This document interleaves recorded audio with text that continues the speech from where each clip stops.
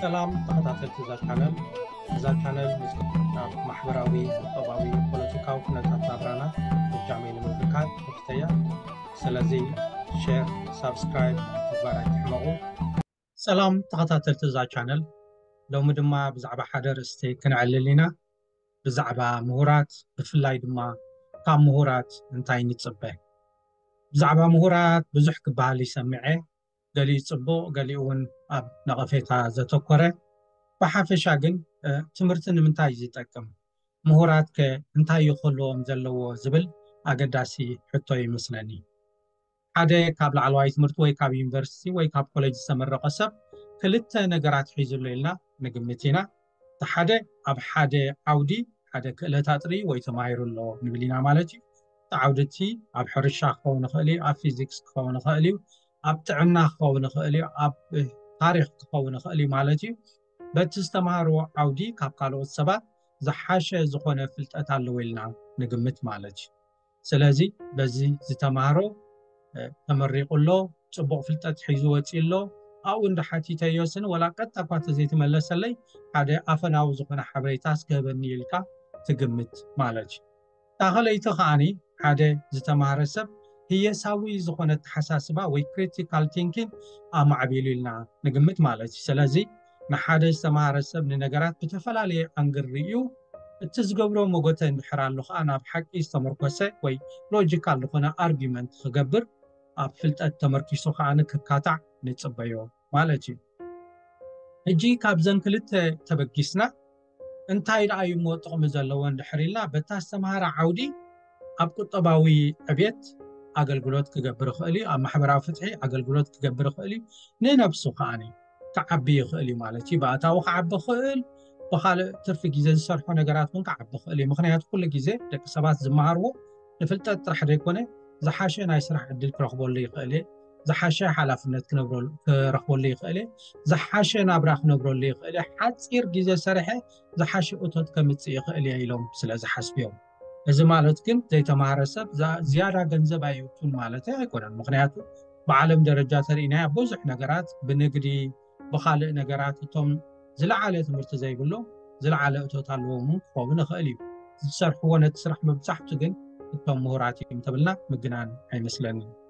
أبتا خاليتي نت بمسمت أنا تهي صوت حساسبا وكريتيكال تينكين النبلا هذا السماع رسب بأمت أنكاني على فنتاوي زيجا خون نتبيو مالتي كريتيكال وي تينكين وي كهي صوت حساسبا نحرالو ንነገራት ብተፈላለየ አንግል ርኢዩ ኣይናይ ይጽቡቕ ኣይናይ ሕማቕ ኣይናይ ፍትሓዊ ኣይናይ ዓመፅ ኢሉ ከለሊ ይኽእል ዝብል ኣተሓሳስባ ኣለና ማለት እዩ በዚ ኩነታት ከዓኒ ኣብ ፖለቲካዊ ቁጠባዊ ማሕበራዊ ኩነታት ናይ ሃገሩ ናይ ህዝቡ ናይ ዘብኡ ናይ ዓለሙ ኣስተዋፅኦ ክገብር ኢልና እንሓስብ በዚ ነጥቢ እንድሕር ርኢናዮ እቶም ናይ ዓድና ወይ ናይ ዓለም ምሁራት ኣበይ ደረጃታት ኣለዉ ተልካ ተፈላለየ አንግል ክሪኦ ንኽእል ኢና ንኣብነት ክልተ ኣብነት እንድሕር ወሲድና ክልተ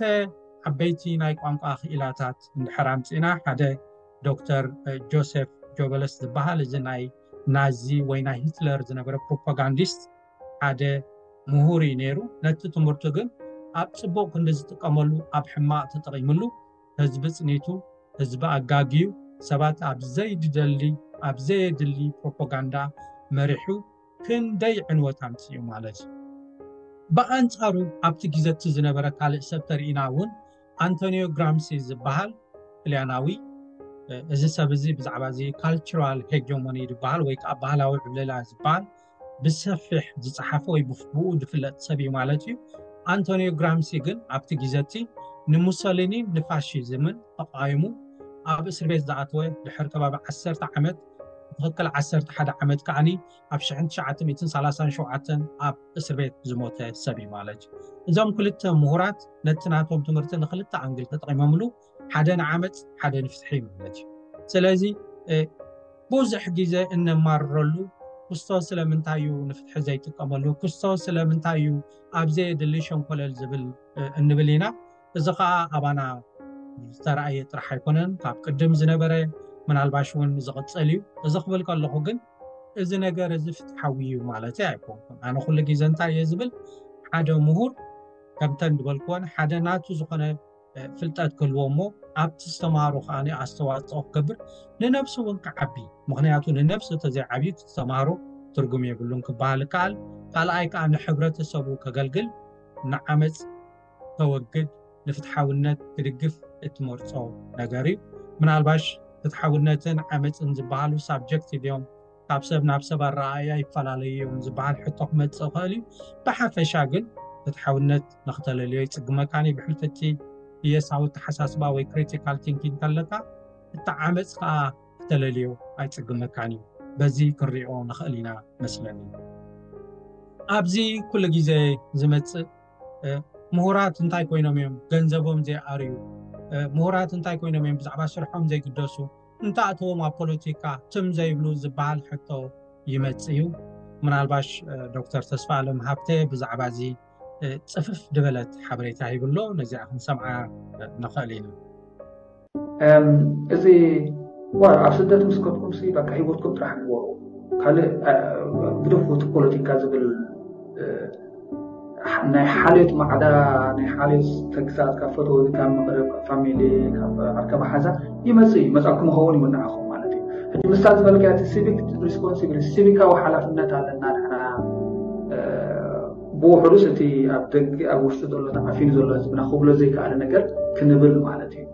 ሕማቅ ከም ዘሎ ፍትሒ ከም ዝተጓዕዘ ፍትሒ ከም ዝደልዮ ከም ዝድልዮ ህዝቢ ልኡላውነቱ ከም ዝተመንጠለት ህዝብስ እዚ ናይ ስደት ሕማቅ ኣጋጣሚ ኮይኑ ናይ ስደት ኩነታትና ዝሃበና ናፅነት ተጠቂምናስ ብውሕዱስ እዚ እውን ክንብል ንክእል ኣለና ስለዚ ፃውዒት ኣለና ካልእ እውን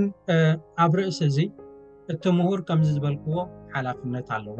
ናይ ሃገሩ ናይ ህዝቡ ሓላፍነት ኣለዎ ናይ ዞብኡ ሓላፍነት ኣለዎ ናይ ዓለም እውን ሓላፍነት ኣለዎ ነዛ ዓለም እቲ ምሁር ካብቲ ዘላቶ ዝሓሸ ንክገብራ ሓላፍነት ኣለዎ ምናልባሽ ከምኡ ክገብር ይኽእል እዩ ማዕረ ክንዶ ዓቕሚ ኣለዎ ድዩ ዝበሃል ሕቶ ይመፅእ እዩ ግን ሰባት እንድሕር ሓቢሮም እቲ ምሁር ፅቡቅ እንድሕር ፅሒፉ እቲ ምሁር ፅቡቅ እንድሕር ፀልዩ እቲ ምሁር ዝገብሎ ነገር ከም ፎር ግራንትድ ወይ ከዓ ቅልል ኣቢሉ እንተዘሪእዎ ምክንያቱ ሓደ ምሁር ሓደ ፀላዊ ሰብ ዝገብሮ ኣብ ካልኦት ህዝቢ ፅልዋ ኣለዎ ወይ ኢምፓክት ኣለዎ ኢሉ እንድሕር ሓሲቡ ለውጢ ከምፅእ ክእል እዩ ዝብል ኣተሓሳስባ ኣለኒ ስለዚ እቲ ኩሉ ግዜ ዝመፅእ ሕቶ ካብ ምሁራት እንታይ ኢና ንፅበ ዝብል ሓደ ኣብቲ ዝተምሃሩሉ ዓውዲ ፅቡቅ ኣፍልጦ ሒዞም ንነብሶምን ንሕብረተሰብን ክግልገሉ ካልኣይ ከዓ ኣብዛ ዓለም ነዛ ዘላ ዓለም ፍትሓውነት ዝጎደለ ዓለም ካብቲ ዘላቶ ዝሓሸት ንክገብራ ምናልባሽ ዓለም ክብል ከለኹ 7 ፕላኔታት ክበፅሕ ይኽእል ድዩ ዝበሃል ሕቶ ክመፅእ ክኸውን እዩ ግን ኣብ ከባቢኻ ዘሎ ለውጢ እንድሕር ጌርካ ካልኦት እውን ኣብ ከባቢኦም ዘለው ለውጢ እንድሕር ገይሮም ነገራት ክቅየር ይኽእል እዩ ዝብል ኣተሓሳስባ ስለዘሎ